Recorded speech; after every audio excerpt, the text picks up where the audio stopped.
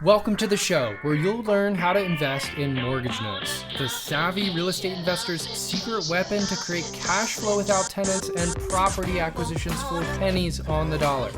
My name is Robert Haitha, founder of Fix Notes, and my mission is to make note investing ethical, profitable, and accessible for you.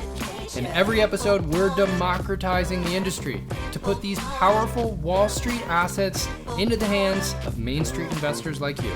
So without further ado, let's get into this show where you're in good hands with my AI clone. Let's go. Welcome to the Fix Notes podcast, your guide to building wealth through mortgage note investing. When you buy a mortgage note, you're stepping into the lender's shoes. You're buying the loan, not the property, and that loan is secured by real estate. If the borrower stops paying, that property is your collateral. It's what gives the debt its value. That distinction is key. You're not in the landlord business, you're in the paper business. And because you're not dealing with tenants or toilets, you're one step removed from the headaches of traditional real estate. But don't mistake that for less responsibility. You're stepping into the role of lender, and lenders must manage risk methodically. So here's how it all starts. A borrower takes out a loan and signs two key documents. One is the promissory note, that's the IOU. The other is the mortgage, or a deed of trust, depending on the state, and that ties the loan to the property. It basically says, if I stop paying, the lender can take this house. At first, a bank or lender owns that note, but they often sell it, especially when it becomes non-performing. That's where you, the investor, step in. These notes can be sold for steep discounts, sometimes 30 to 60 cents on the dollar, depending on the loan status and the equity in the property. That discount is your margin of safety and your profit potential. But it's also why due diligence is so critical. You're inheriting the history of that loan, every payment, every hardship, every decision the prior lender made. When you buy the note, you become the bank. You now have a legal claim to the borrower's payments, and if they stop paying, to the property itself. But before you send any wire, you need to meet the collateral. Not just on paper, you need to understand exactly what backs your investment. Start with the collateral file. This is the paperwork that proves your ownership and enforceability. At a minimum, it should include the original note, the mortgage or deed of trust, all assignments showing the chain of ownership, and the allonge, which formally transfers the note to you. This is your paper trail. If it's incomplete, it can slow things down or cause real issues later. Think of this like a title chain for the debt.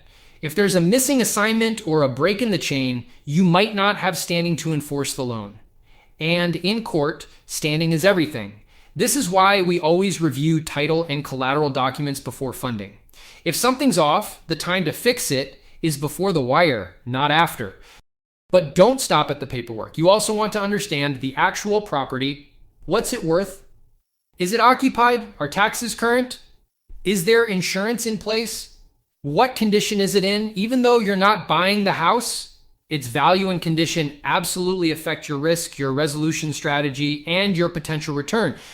Now, if the loan is non-performing, you've got a few paths you can take. You might modify the loan, accept a deed in lieu, go through foreclosure, or negotiate a discounted payoff.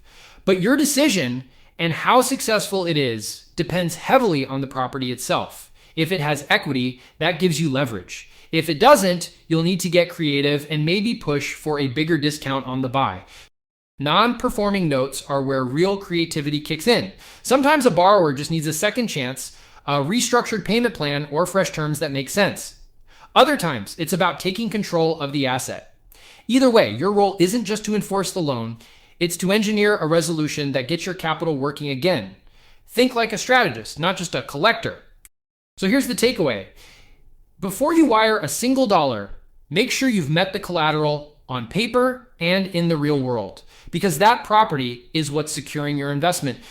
Next up, lien position. First versus second explained.